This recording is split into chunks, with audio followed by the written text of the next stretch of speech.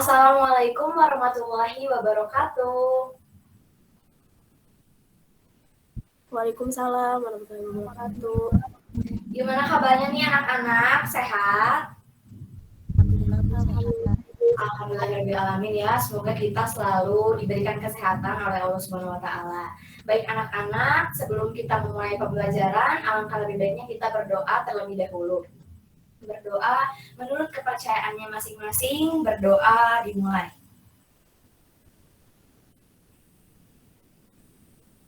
Berdoa dicukupkan. Oke anak-anak, pada pertemuan kali ini gitu Ibu akan membahas mengenai komponen dari multimedia dan juga produk-produk multimedia. Nah jadi diharapkan nanti kalian bisa mengetahui dan juga menjelaskan apa aja itu komponen multimedia dan juga produk-produk dalam multimedia. Sebelumnya Ibu mau minta tolong untuk di-share screen-kan materinya terlebih dahulu ya.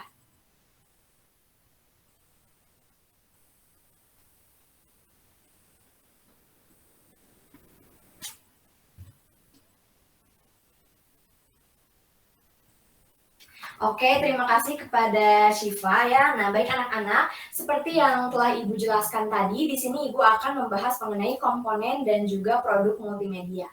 Boleh di next? Nah, yang pertama di sini ada komponen multimedia. Nah, sebelum kita membahas lebih lanjut mengenai komponen multimedia, minggu sebelumnya itu kita sudah membahas mengenai pengertian dan juga fungsi dari multimedia itu sendiri. Nah, dalam pengertian multimedia secara istilah sebetulnya gitu udah dibahas nih tentang komponen-komponen multimedia atau dijelaskan. Coba di sini ada yang tahu nggak pengertian multimedia berdasarkan istilah?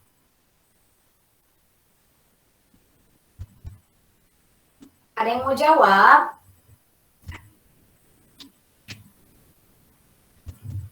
Saya Bu. Boleh, Raini. Gimana?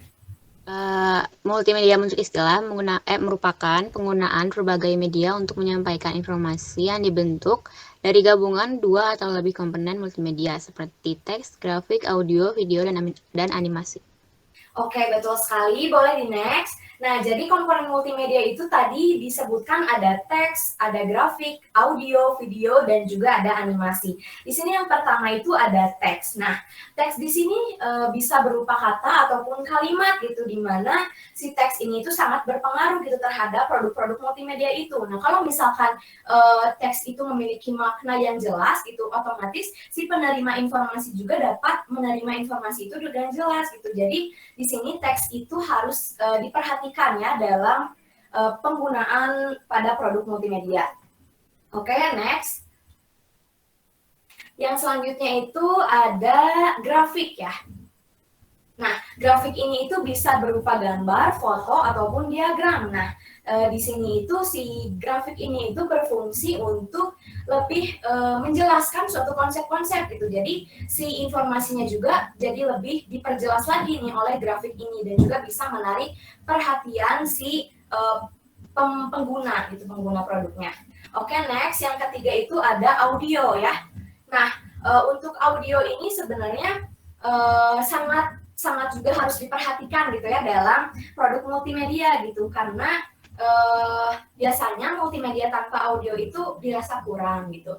Audio dalam multimedia bisa berupa musik, terus juga ada rekaman suara dan juga ada efek-efek suara.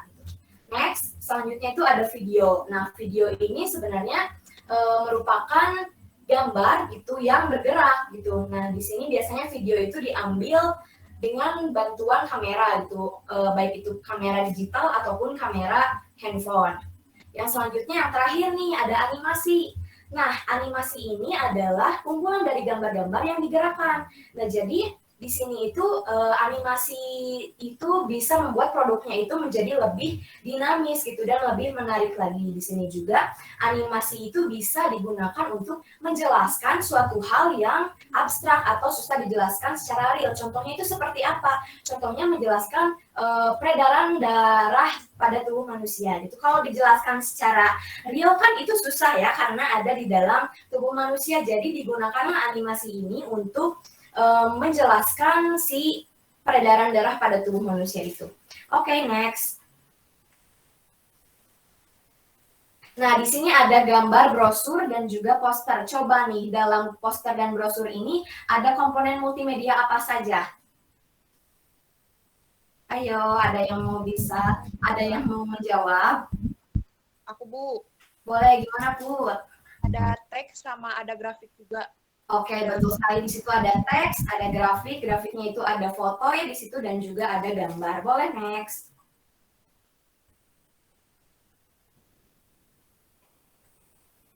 Nah, di sini yang selanjutnya ada produk multimedia.